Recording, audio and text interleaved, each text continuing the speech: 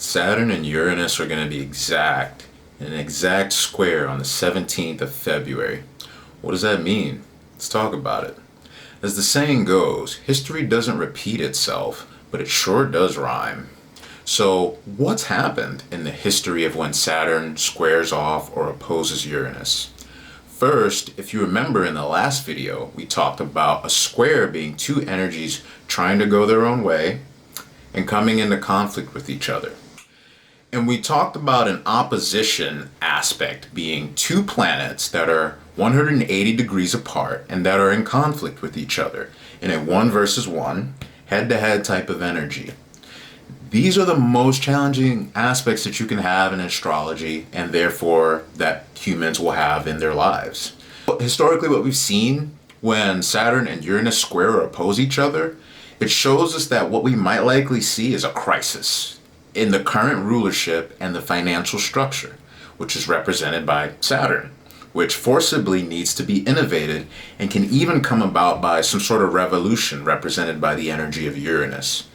So previous Saturn-Uranus squares or oppositions, they include the 1930s Great Depression, the 1975 inflation crisis in America, where I think you needed to have like an even or odd numbered license plate to even be able to get gas in your car on a certain day. The crazy fear of Y2K and the world ending, which also brought the 2000 dot-com bubble bust.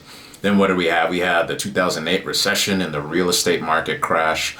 All of these show us a very clear historical precedent for some kind of financial crisis when when Saturn and Uranus are in some sort of square or opposition with each other. Speaking of Jupiter, this time Jupiter, the planet of expansion, is involved in this mess, which is like adding gas to the fire.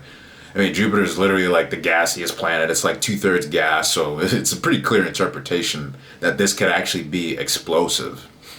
We might literally hear of some sort of explosion or nuclear plant failure or something like that. I really hope not, but with Uranus being in the sign of Taurus, it could have something difficult to do with land or money or food. I'll dive into that a little more later, but because there's currently 6 planets in the sign that Saturn rules, sign of Aquarius, or in Capricorn if you prefer the sidereal zodiac, like I mentioned in the last video, it kind of doesn't matter in this case because both signs are ruled by Saturn. This shows a lot of indicators that this will have to do with economic and financial means, as both Aquarius and Capricorn have to do with the people and the labor and the work that we do.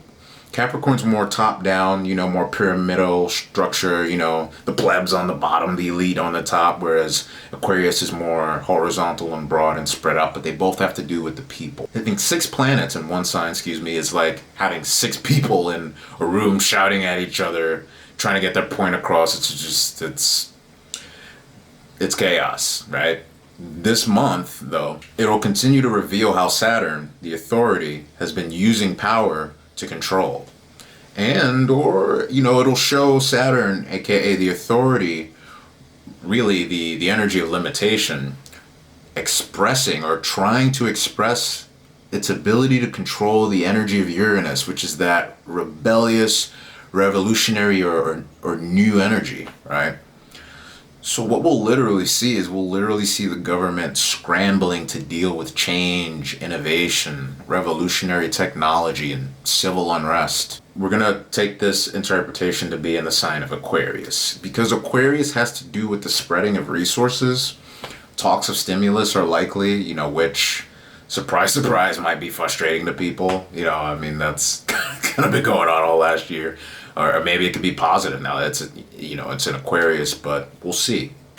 What's more likely, unfortunately, is disagreement between the powers that be and the people due to regulations and restrictions coming through some sort of economic or financial means, right? We talked about the history of what the squares or the oppositions have played out, right? And so, if history rhymes, that's probably what we'll see.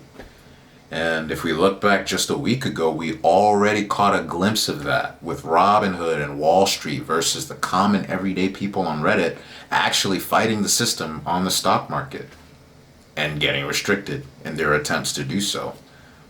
but they haven't stopped fighting. They're not selling. Whatever restriction comes is going to piss the people off, just like it did last week. Personally, I hope this restriction isn't coming to crypto. If there's any financial restriction coming, I think it's better if it continues to happen in the traditional stock market, which would then drive even more people into crypto, which is revolutionary. It's more free, but it also requires more individual responsibility. It's disruptive technology. It's very Uranian in its nature. Now again, this aspect is exact on the 17th. But what we need to understand about this transit is that Saturn and Uranus, these are very slow moving planets. And so that means that we can experience the manifestation of their energy a week early or even a week later than the 17th. Like I've been saying, we experienced this energy early last week when people were literally being blocked from being able to buy whatever assets they wanted to buy on the stock market.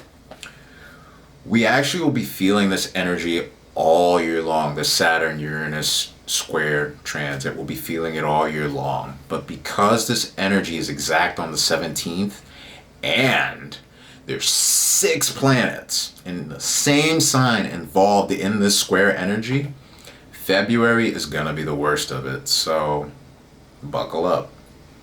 If you've already experienced being frustrated the hell out of your mind, hungry for some sort of change in your life, this is why. And taking action after the 17th is going to be a great time to do something about it, actually.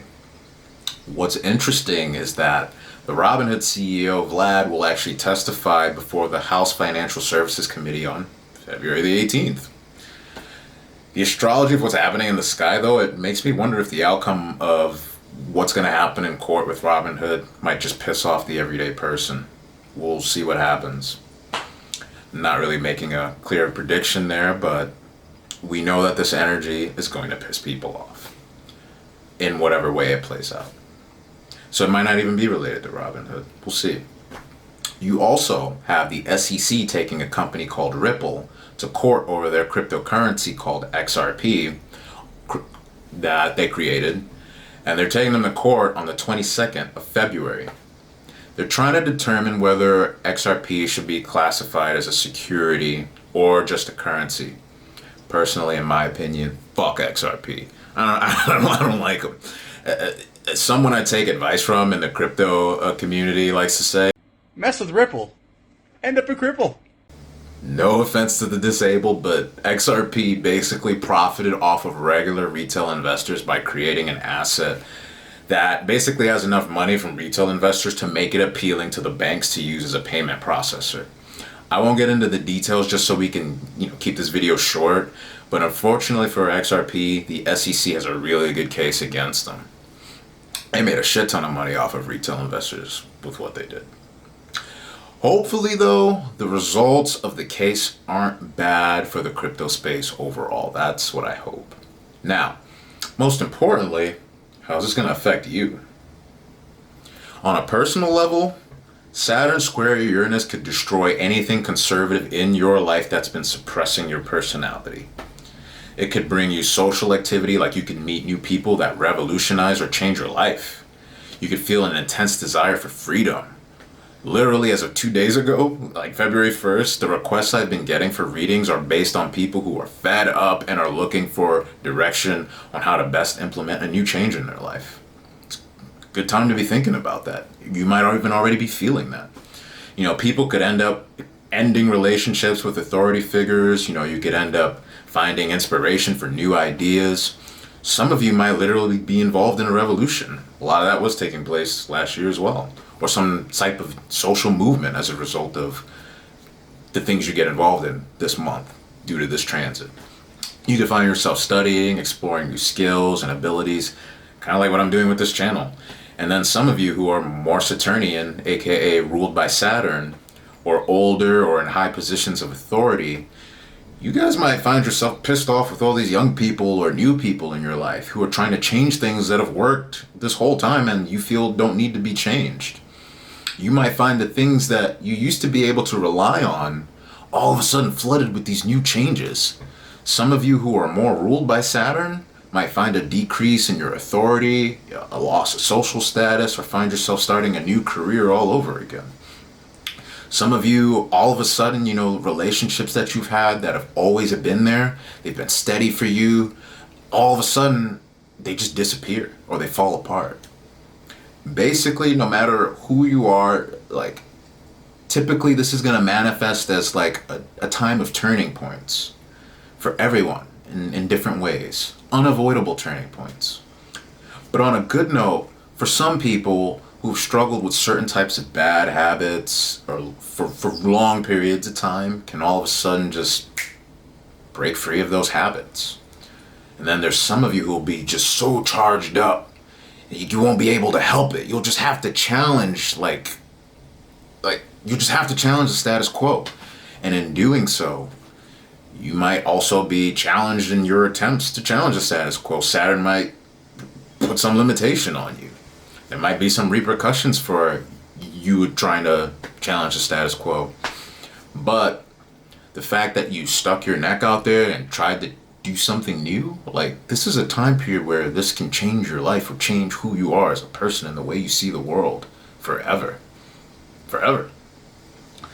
This might not be the best analogy because it doesn't have anything to do with money specifically, and this energy has a lot to do with the financial aspect of our lives in the world, but energetically this still works. So, in a way, this Saturn-Uranus square energy, it kind of reminds me of the movie Superbad in a way. Wait, you changed your name to McLovin? It's this timeless experience of being a rebellious teenager who goes to this party and you have these new experiences that, according to Saturn, you shouldn't be having. Whether it's drinking or drug abuse or losing one's virginity. But yet, these experiences, they change the person, you know what I mean? And even though they get caught and they have to get grounded or do some sort of community service or something like that, who knows? It doesn't change the fact that they had an experience that changed them forever due to them feeling this impetus or this inspiration basically to break the rules and just go do it. Anyway, Saturn square Uranus is this timeless battle of the old versus the new, but this time with the intensity ramped up to 1,000. Now let's talk a little bit more about Uranus. So Uranus being in the sign of Taurus specifically. Taurus is a sign that is tied to everything material, right? The five senses, that which we can see, smell, taste, touch, and hear, including music, right? All that's represented by Taurus. And these material things, they support our existence and help us enjoy our existence on Earth. Taurus is classically defined as an Earth sign, right? You need materials to survive on Earth, specifically food, farming, money, shelter. This is why Taurus directly correlates to what is called the second house in astrology, because the second house supports the first house, which is you, right? It's your body. It's your actual manifestation into this physical form in this reality. So that's Taurus on the material level. These valuable things also, mentally and spiritually then, the second house, right, which actually correlates to the zodiac sign of Taurus. They share their meanings, right?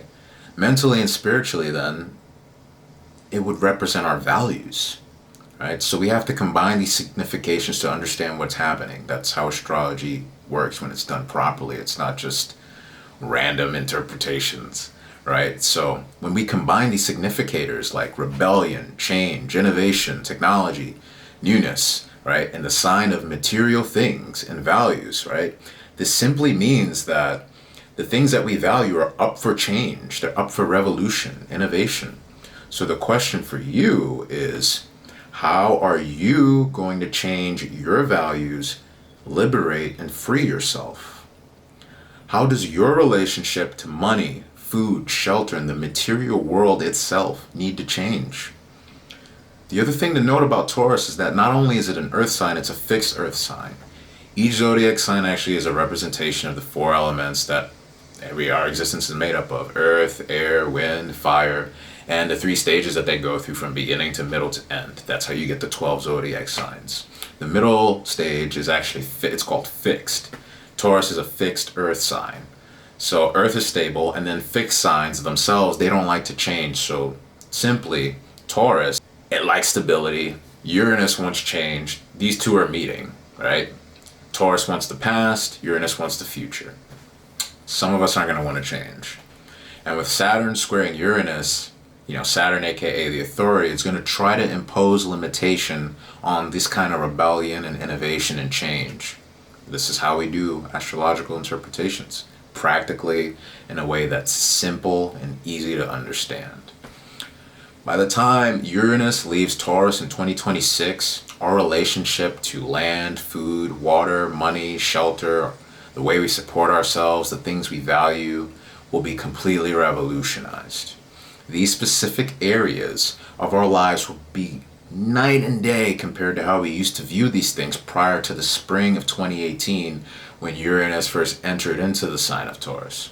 Right? You got the Internet of Things coming, virtual reality, remote work instead of cubicles. All these changes that we see, you guys can probably already tell that these changes are going to be permanent. Another example, the invention of the ATM machine actually began in the beginning of a Uranus and Taurus transit at the very end of the 60s. I think it was like 68, 69.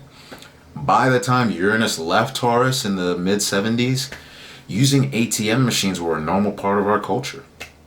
I wonder what revolutionary inventions are going to follow in the ATM machine's footsteps. I wonder what revolutions you guys are going to make in your lives. Hopefully you guys find this information helpful and supportive during this very challenging month. Link below if you want a reading. You can comment if you have any thoughts. Email me if you have any questions. Be well. One love. Take care of yourself. Peace.